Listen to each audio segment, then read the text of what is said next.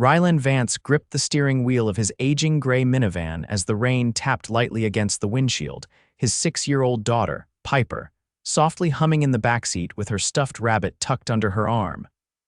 "How much longer, Daddy?" she asked sleepily from her booster seat. "Not long, honey. Just one more ride, then we get to go home and make pancakes for dinner." Rylan glanced at the GPS again, the glowing screen showing a long stretch of road ahead. It was his last pickup of the day, a one-way drop-off to a town 3 hours out. The client had offered double the rate for a same-day ride. He couldn't afford to say no, not with rent due in 3 days and Piper's shoes worn thin at the toes. He pulled up outside a sleek glass office building in downtown Chicago. The woman waiting on the sidewalk didn't look like she belonged in the back of a beat-up minivan. Her tailored black trench coat, beige heels, and flawless hair screamed money. Yet she stood there alone, holding a small duffel bag, no assistant or driver in sight. Rylan stepped out and opened the back door. "You must be Valencia." Her voice was smooth, but her tone clipped, like she was in a hurry or just didn't want to talk. "I'm going to Harriston. Can you drive me there now?" His brows lifted slightly. "That's 3 hours out. I'll pay extra." He glanced back at Piper, who was now watching them with wide eyes. "I've got my daughter with me." Valencia glanced at the little girl, then back at Rylan. "That's fine, I just need to leave the city." Now, there was something about the way she said it, calm but urgent, like she was running from something or someone. "Okay," he said, stepping aside. "You can take the front seat. Piper's in back." Valencia slid in without another word. For the first hour, the car was quiet except for the soft hum of the engine and the rain. Piper was dozing off with her head against the window. Valencia stared out her side, arms crossed over her chest, her jaw tight. "You okay?" Rylan asked finally, not able to keep the curiosity out of his voice. She looked over at him briefly. "I'm just tired of people thinking they know what's best for me." That explained the sudden escape. He nodded. "Yeah, I get that." "Been there." "You don't know me," she said quickly. "Nope," he replied, turning onto the highway. "But I know what it's like to have people make decisions for you. My folks didn't think I could raise a kid on my own. Said I should give Piper up." Valencia turned to look at him now, her expression softening. "But you didn't." "Not a chance," he said, glancing in the mirror at his daughter. "She's everything." She was quiet for a long time after that. They stopped at a gas station halfway through. Piper needed the restroom, and Rylan spotted Valencia standing near the back of the store, staring at a row of candy bars like they were some unsolvable puzzle. "Want one?" he asked, walking up beside her. She blinked, then looked down at the rows. "I haven't had one of these in years." "Pick one." "My treat." She hesitated, then grabbed a simple chocolate bar. "Thanks." They ate them outside in the rain under the gas station awning, Piper dancing in puddles with her rabbit. Valencia watched her for a while, then said softly, "She seems happy." "She is," Rylan said. "Even when we don't have much, I try to make sure she always feels loved." Valencia didn't speak, but her jaw tightened again and she turned away. By the time they reached the edge of Harriston, the sun had started to dip below the horizon, casting the skies in pink and gold. Rylan pulled off the main road and followed her directions down a long gravel path that led to a small lake house nestled in the woods. "This it?" he asked, pulling to a stop. Valencia nodded. "Yeah." She didn't move to get out. Piper had fallen asleep again in the back seat. Valencia turned to him. "Do you always drive strangers around with your kid in the back?" He shrugged. "I don't have a choice, can't afford a sitter, and I don't trust anyone else with her." She looked down at her hands. "You're a good dad," he chuckled softly. "I try." "She keeps me going." Valencia opened the door but paused before stepping out. "I'll pay you triple your rate, but you'll need to come back tomorrow morning," he frowned. "Why? I might need a ride back." She hesitated, then added, "And I wouldn't mind the company." Rylan held her gaze for a moment. She wasn't just a runaway heiress or a bored rich girl. There was pain in her eyes, something hidden deep beneath the expensive clothes and icy tone. "All right," he said. "I'll be here at 10. She gave a small nod, then stepped out into the dusk. Rylan watched her walk up the steps and unlock the door before driving off into the night with Piper snoring softly behind him. He didn't know who that woman really was. But something told him this wasn't the last time he'd see her. and he wasn't sure he wanted it to be. Valencia stood barefoot in the dim living room of the lake house, her coat discarded over a chair, her phone lying face down on the kitchen counter. The silence pressed in around her, thick and unfamiliar. Outside, the lake lapped gently against the dock, and the wind tugged at the trees, but inside it felt like the world had stopped. She hadn't expected to feel anything when she left Chicago, just relief. But now, standing in the stillness, all she could feel was the weight of a world she didn't want to return to. The next morning, Rylan pulled into the gravel driveway just before 10, the minivan freshly washed. He stepped out and opened the sliding door, helping Piper down carefully. The little girl clutched a small plastic bag filled with crayons and paper. "I told her she could draw while we wait," he said when Valencia appeared on the porch. She wore jeans and a soft sweater, her hair pulled into a low twist. She looked different without the sharp lines of her usual clothes, softer, less guarded. "I hope it's okay if we came a little early," he added. Valencia nodded. "It's fine. Do you want to come inside for a bit?" He hesitated, looking down at Piper. "Don't want to impose." "You're not," she said. "The coffee's fresh." Inside, the house was clean but lived in, with mismatched furniture and a wall of books behind the fireplace. Piper settled at the dining table, already coloring, while Rylan followed Valencia into the kitchen. She poured 2 mugs of coffee and handed him one. "You didn't ask what I was running from. I figured if you wanted me to know, you'd tell me." She leaned against the counter, wrapping her hands around her cup. "My family owns Halden Enterprises. My father built it from nothing. Now it's worth several billion." Rylan blinked but said nothing. "They want me to marry a man I don't love, for optics, merging assets, power consolidation." Her jaw tightened. "I walked out of the boardroom yesterday right before they announced the engagement. My mother hasn't stopped calling since." Sounds cold. It is. "My father once told me love was a weakness, that it makes people sloppy." She looked at him. "You don't seem sloppy." Rylan gave a short laugh. "I wouldn't say that. I've made my fair share of mistakes. But Piper doesn't care if we eat breakfast for dinner or if our sofa's from a garage sale. She looks at you like you're magic."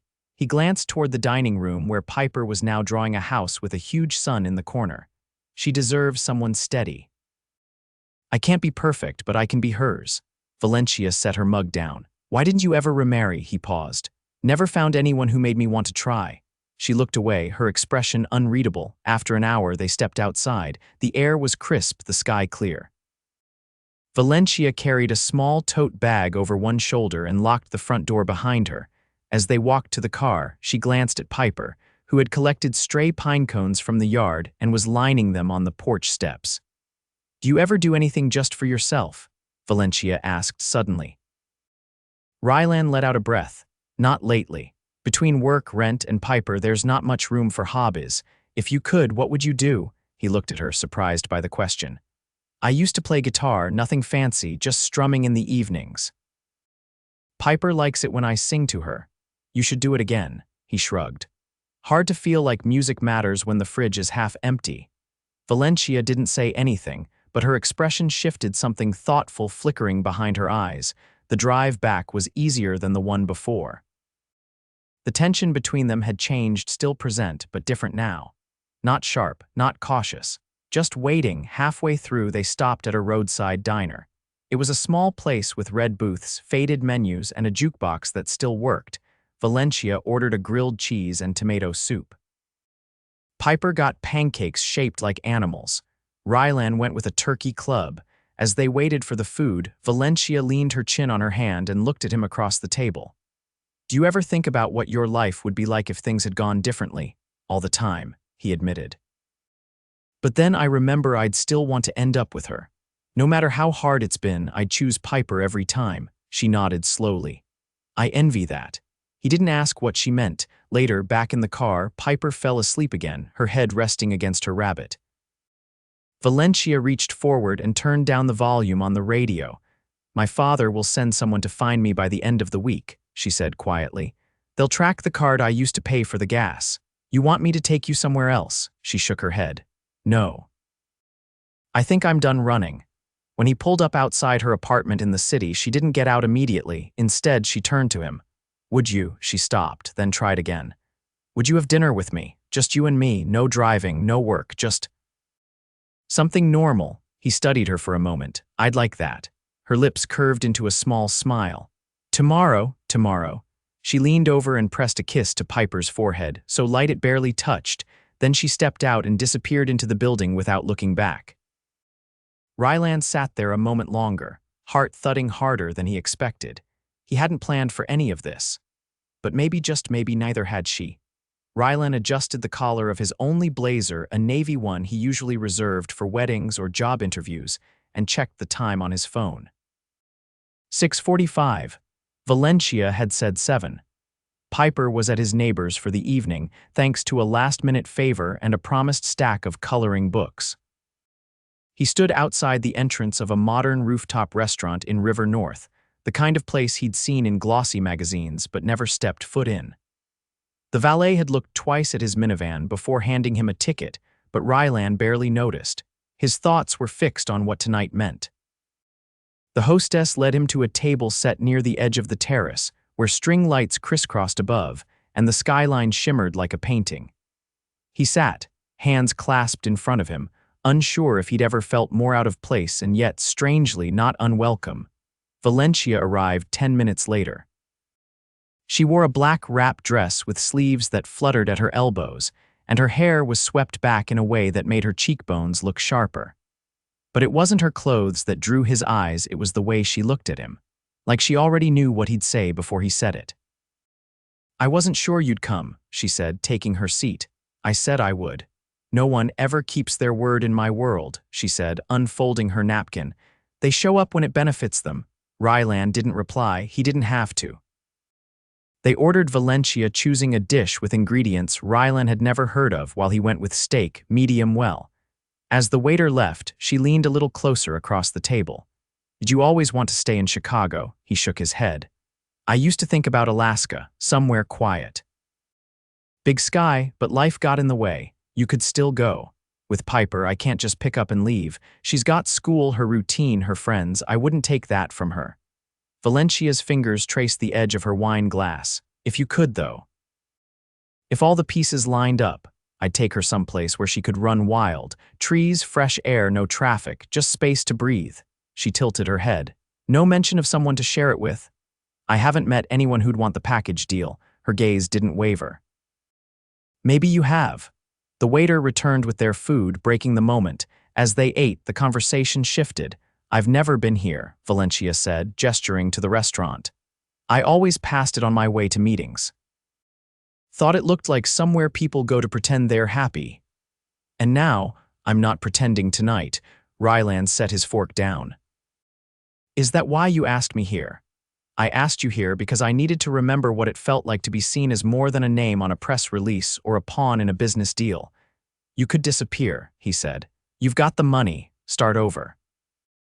No boardrooms, no arranged marriages. My father would freeze my accounts faster than I could pack a bag. Everything's in his name or tied to the company. Even my condo is technically owned by a holding firm. So you're rich but trapped. I'm wealthy on paper, she muttered. And broke in every way that matters, Rylan exhaled. That's the loneliest kind of broke. Her eyes flicked up. And you've got barely enough to get by, but you're the richest man I've met. I'm not rich, he said. I'm just clear about what matters. The silence between them didn't feel empty. It felt like something was being built inside it. After dinner, they walked to the valet together. The city buzzed below, but up here, it felt like they were on their own island. I'm supposed to meet my mother tomorrow, Valencia said as they waited for the car. She wants to talk about damage control. She'll offer me a promotion, a new title, maybe even a stake, anything to keep me under their thumb. You going? I said I would, but I haven't decided. Rylan nodded. You don't owe them your life, she'd say. I do. That I owe them everything. You owe yourself peace. That's harder to find than money. The valet pulled up with his van and Rylan opened the door for her. She hesitated. Do you want to come with me tomorrow? He blinked. To meet your mother. I've never had someone by my side who didn't have a hidden agenda. I want you there, not to speak, just to be. I'll come. She smiled, not the polite kind she wore in public, but something softer. Thank you. He helped her into the passenger seat, then circled to his side. As he drove her home, neither of them spoke, but the silence wasn't strained. It was full of understanding. When they reached her building, she turned to him. "I don't know where this is going," she said. "But I want to find out." "Me too." She leaned forward and kissed him. It wasn't rushed or hesitant, it was sure, like she decided something without asking permission. Then she slipped out of the car and into the building. Rylan sat there for a moment, his heart louder than the engine. Whatever was coming next, he wasn't walking into it alone, and neither was she. The moment Rylan stepped inside the glass-walled lobby of the Halden family tower, he knew he didn't belong. His boots echoed too loudly on the marble floor, and the security guard's glance lingered a second too long. Still, he walked forward, shoulders squared, Piper's drawing tucked in the inside pocket of his jacket like armor. Valencia waited near the elevator banks, a pale blue blouse tucked into tailored slacks, her hair pinned neatly at the nape of her neck. She looked like someone who belonged here but didn't want to. "You came," she said, her voice low. "I said I would." He studied her face. "You okay?" "I will be." They rode the elevator in silence. At the 34th floor, the doors opened to a long corridor flanked with glass offices and people who looked up from their phones just long enough to take her in. No one acknowledged Rylan. Inside the conference room, her mother sat at the head of a long steel table. She wore pearls and a tight-lipped expression. Her lawyer sat beside her, flipping through a binder. Valencia didn't sit. "You said we'd talk," she said, her mother's gaze flicked to Rylan. "Privately. He stays." The older woman gave a pained sigh but didn't argue. "We've prepared a revised proposal. You'll sit as executive vice president. Your image will remain intact, and we'll announce a formal separation from Elias before the quarter ends." "I didn't ask for a job," Valencia said. "I asked you to stop using me to protect the company's image." "This isn't about image, it's about legacy," her mother snapped. "Do you think the board cares who you love? They care about shares, stability, and the press." Valencia crossed her arms. "Then let them care." "I don't. You're making a mistake." Rylan watched quietly. He wasn't here to speak for her. He was here so she wouldn't have to stand alone. "I won't be part of this anymore," Valencia said. "If that means letting go of everything, so be it." Her mother's expression changed, then not angry, not disappointed, just surprised, as if she'd expected rebellion but not resolve. "You're serious." "I've never been more." The lawyer closed the binder without a word. They left without another glance back. Downstairs, outside, the wind tugged at Valencia's sleeves as she stood on the steps, staring up at the sky. Her hands were shaking. "That's the first time I've ever told her no and meant it." Rylan stepped beside her. "How does it feel?" "Like I can finally breathe." They walked without purpose for a while, through streets she used to drive past without seeing. She pointed out a bookstore she once loved, a coffee shop that used to play jazz on Saturdays. They ended up at a small park, where families pushed strollers and teenagers shared fries on benches. "She never wanted a daughter," Valencia said quietly, sitting on the edge of a fountain. "She wanted a carbon copy of herself. You're not her." "I used to wonder if that made me the failure." "Or the lucky one." Rylan sat beside her. "You're not either. You're just someone trying to figure it out like the rest of us." She looked over, her voice barely above a whisper. "I don't have anywhere that feels like mine." "You will." She studied his face. "Would you ever consider leaving the city?" He hesitated. "Depends." "On what?" "On who I'd be leaving with." She reached for his hand. "Come with me, not tomorrow, not next week, just someday, when we're ready. Let's find some place with trees and sky and no one who knows our names." He didn't answer with words. He just held her hand tighter. That night, she came with him back to his apartment. Piper was sprawled on the living room floor with her sitter, building a tower from mismatched blocks. Valencia crouched beside her.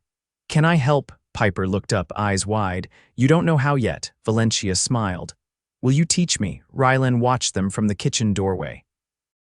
For the first time in years, something in his chest shifted, something he'd kept buried under caution and practicality. Later, when Piper had fallen asleep and the sitter had gone home, Rylan found Valencia on the balcony, wrapped in one of his old sweatshirts. "You okay out here?" he asked. She nodded, leaning into the railing. "This city never sleeps." Neither do 6-year-olds, she laughed softly, then turned to face him. You know what I realized today? What? I never needed more money, I needed more meaning. And I think I found it in the back seat of a van with stickers on the windows. He stepped toward her. You found a guy who sings lullabies off-key and eats cereal for dinner, and I wouldn't change a thing. She pressed her palm to his chest, right over his heartbeat. I love you, Rylan. He didn't hesitate. I love you too. Weeks passed. Valencia didn't return to Halden Enterprises. Instead, she sold her shares quietly, negotiated a clean exit, and purchased a small piece of land 2 hours outside the city where the air smelled like pine, and the stars didn't compete with skyscrapers. Rylan moved in with Piper, their boxes filled more with memories than material things. He found work at a nearby auto shop, and in the evenings, he played guitar on the porch while Valencia and Piper drew chalk cities on the driveway. One afternoon, as golden leaves fell around them, Valencia knelt beside Piper with a velvet box in her hand. I want to give you something, she said. Piper opened the lid and gasped.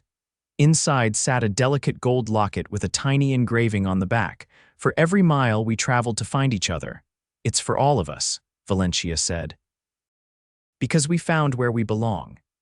And with Rylan's arm around her, Piper's hand in hers, and the sun dipping low behind the trees, she knew the truth.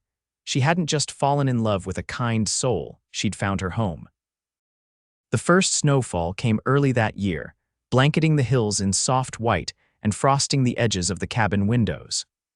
Rylan stood near the hearth, drying Piper's boots by the fire while Valencia carefully hung a wreath she'd woven from pine and berries over the doorway. The scent of cinnamon from the stovetop drifted through the rooms, grounding everything in warmth. Outside, the landscape was quiet and untouched, the kind of peaceful that once felt out of reach. But here, in the house they'd built from scratch, stone by stone, board by board, it was theirs. No expectations, no boardrooms, no running. Valencia stepped back from the doorway, brushing dried pine needles from her hands. I never thought I'd care about wreath symmetry, she said, tilting her head at the circular bundle. You're getting dangerously close to suburban, Rylan said, folding a towel over the damp boots. She crossed the room and leaned against the back of the couch, watching him.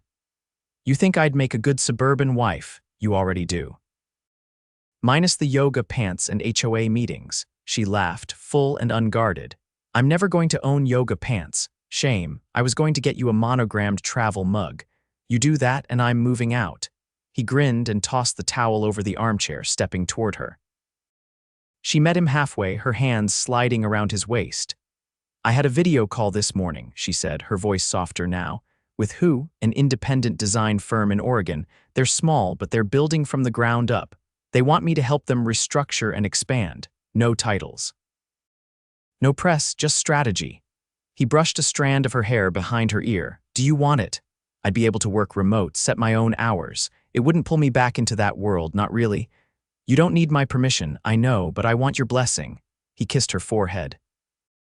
If it fulfills you, do it, as long as it doesn't take you away from us. She looked up at him. Nothing could. The next day, Piper insisted on decorating the tree herself, and Rylan watched as she carefully placed every ornament in a single cluster near the bottom. Valencia didn't move them. She just handed her another one and crouched beside her with a strand of ribbon. Later, as snow continued to fall, Valencia sat at the kitchen table with her laptop open, joining a virtual call with the Oregon team. Rylan cooked stew, humming under his breath as Piper drew pictures of reindeer on the back of old receipts. When the call ended, Valencia closed the laptop with a satisfied sigh. They're sending over a contract, she said. He handed her a bowl of stew. Good. You deserve to build something without chains. She reached across the table and squeezed his hand. So do you.